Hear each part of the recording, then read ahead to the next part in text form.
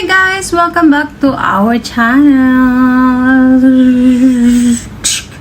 For today's video guys, so mag-count na tayo kasi 1 year ipon challenge tayo, diba? So, bubuksan na natin yung stupid little coins natin. So, ito, kung nakikita nyo yung vlog ko sa YouTube, so ito palagi yung every year motivation ko, yung makaipon tayo kasi every year umuwi tayo sa Pilipinas. So, kailangan natin ng budgeting. Kailangan natin ng budget. So, ito na nga mga karoses, bubuksan na natin siya. Ito yung naipon ko in 1 year ngayong taon kasi last year nakapag-ipon ako pero parang hindi ko yata na-i-upload. So, tingnan natin kung magkano yung na-challenge natin ngayon. So, dalawa siya. Pinaghiwalay ko yung 50 tsaka $10. So, tingnan natin kung magkano yung ating na-achieve ngayong taon. So, let's go and get started. So, ito na guys. Ito na mga karoses ha. Masira yung kuko ko. Oh my God. Ouch. So, ito yung tigpi 50 natin. So, tingnan natin kung nakaabot tayo ng magkano. Yan, ibaba natin siya konti. Ay, malaglag yung aking cellphone. So, ito yan mga karoses. So, ayan yung $50 natin. So, ayan ang ating $50. So, kailangan natin ng budget pag umuwi tayo ng Pilipinas. So, yan ang ating $50. So, next is yung $10 natin. Oh my God. Oh. Kasi nakaano yung stand ko. Hindi siya masyado strong. Yan. So, ito yung $50 natin. So, ito yung $50. Ibaba natin. Tsaka, ito naman yung ating $10. Oh my God. Dalawa. So, ito yung mga karoses. Ooh. So, ito yung ating 10. Bakit may ganito ako dito? So, may $1 pa pala ako. So, papapalitan natin to. Itong tig $1. Kasi ang dami kong naipon yan doon sa bahay ng pamangkin na nililinisan ko. So, ayan mga karoses. Ibaba natin, ha? Charan! OMG! Gusto ko talagang ganito yung maipon ko this year kasi nga ang dami kong babayaran, ang dami kong mga utang. So talagang gipit to the max ako ngayon taon. Ipon na ipon talaga ako. Talagang kapit na kapit ako. Wag na natin to isama kasi doon sa pamangkin ng amo ko. So nakuha ko yun doon sa mga pinaglilinisan ko. So dollars tayo ngayon mga karoses. So ayan siya. Yan ang ating naipon this year. So ayan. Hindi ko alam kung magkano yan. So, let's count. Samahan nyo akong mag-count ng dollar. So, ayan, ha? So, kailangan ko talagang makaipon ng ganito mga karoses kasi ang laki ng babayaran ko. My God. Magbabayad ako ng insurance ko ng 40K. Tapos, sa bahay ko is, o nga pala, yung bahay ko is 14,000 yun monthly, di ba? 14,000 monthly. 2 buwan yun na lang bayad kasi pinadala ko sa ate Sheila ko. So, tingnan natin kung magkano to.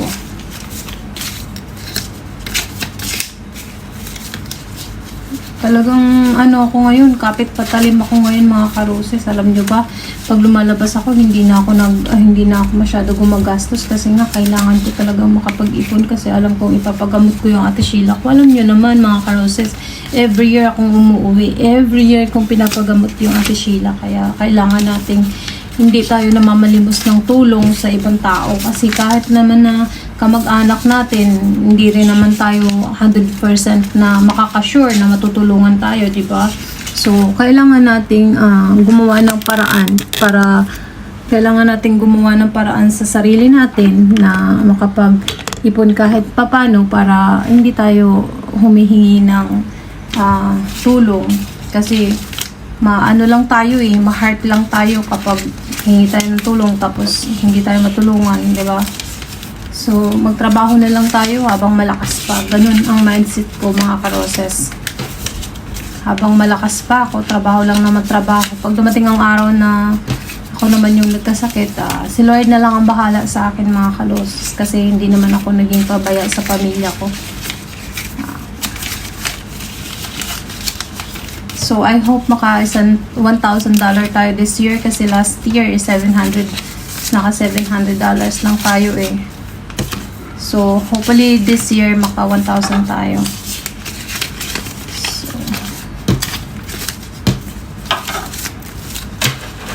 So, ayan. Ayan siya, tig $10. So, i-count natin mamaya ha.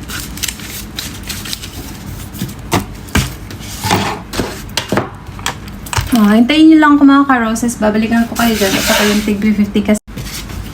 So, ito yung tig 50 natin. Nagpalit ako ng t-shirt kasi ang init. Nandito naabutan tayo ni sir mga ka-roses. So,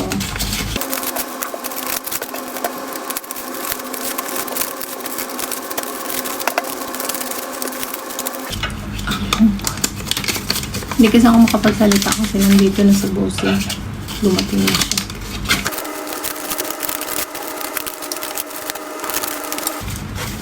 So, ayan siya mga ka-roses.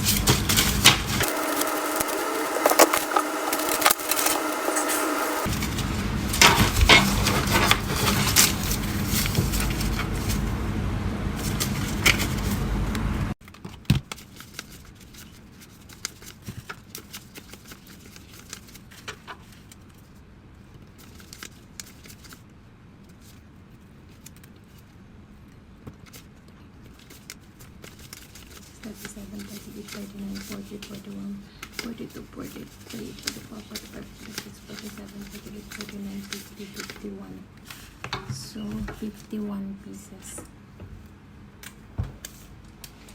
Dito na lang natin nasulat. 51 pieces, $10.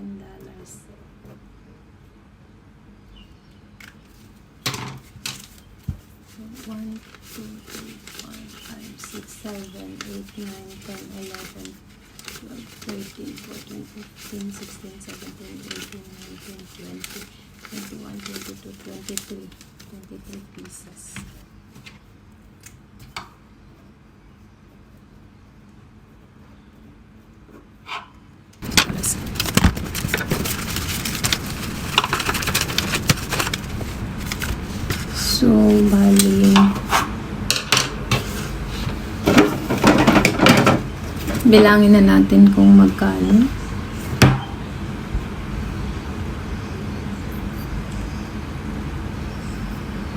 $51 times $10, $510.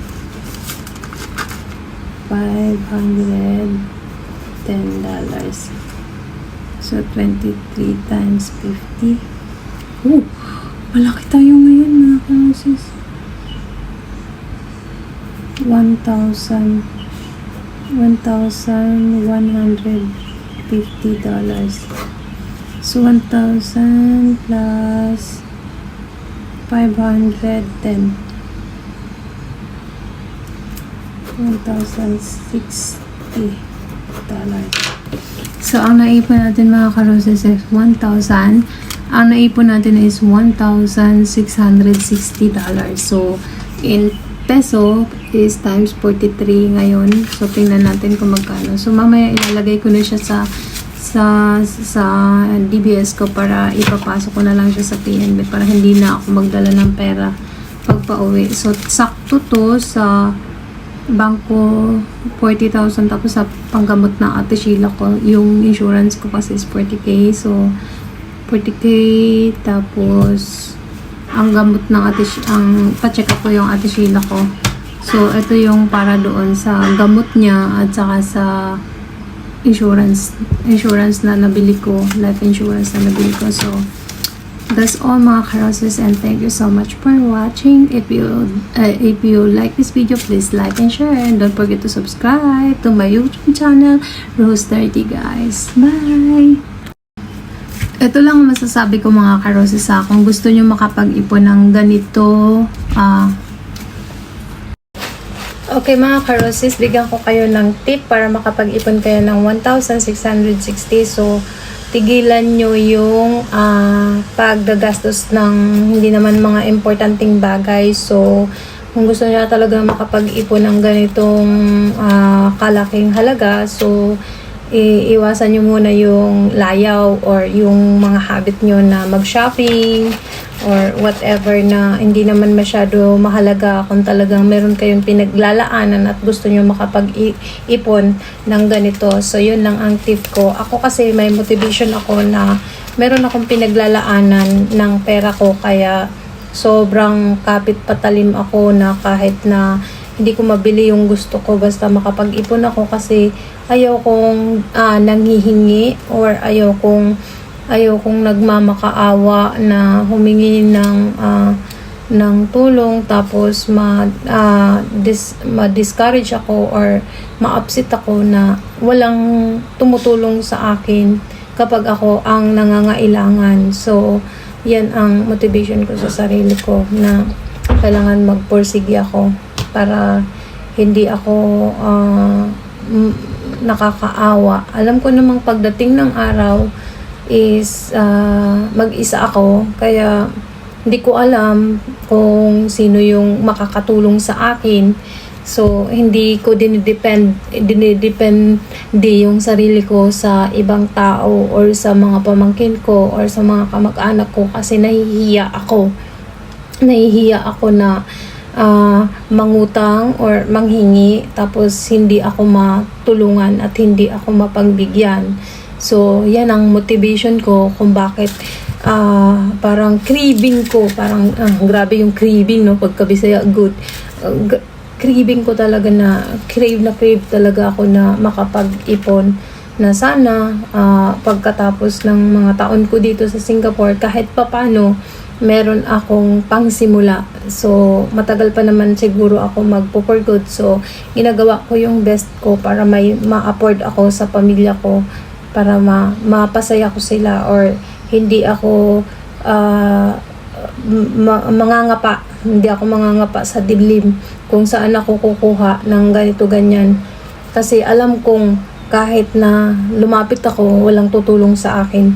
Yan talaga yung ano ko sa sarili ko, na walang taong tutulong sa'yo kundi sarili mo lang.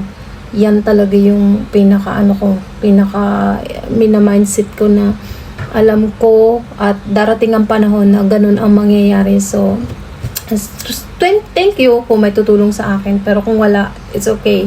Naiintindihan ko kasi lahat tayo may pangangailangan. So, congratulations guys, meron tayong naipon na sa halagang I think 50,000 na to sa pera natin sa Pilipinas, or more than 60 or 70,000. So, ma-afford ko na yung pangangailangan ng kapatid ko at yung bayarin ko sa bahay. So, thank you so much guys. Yun lang. God bless to us. Thank you.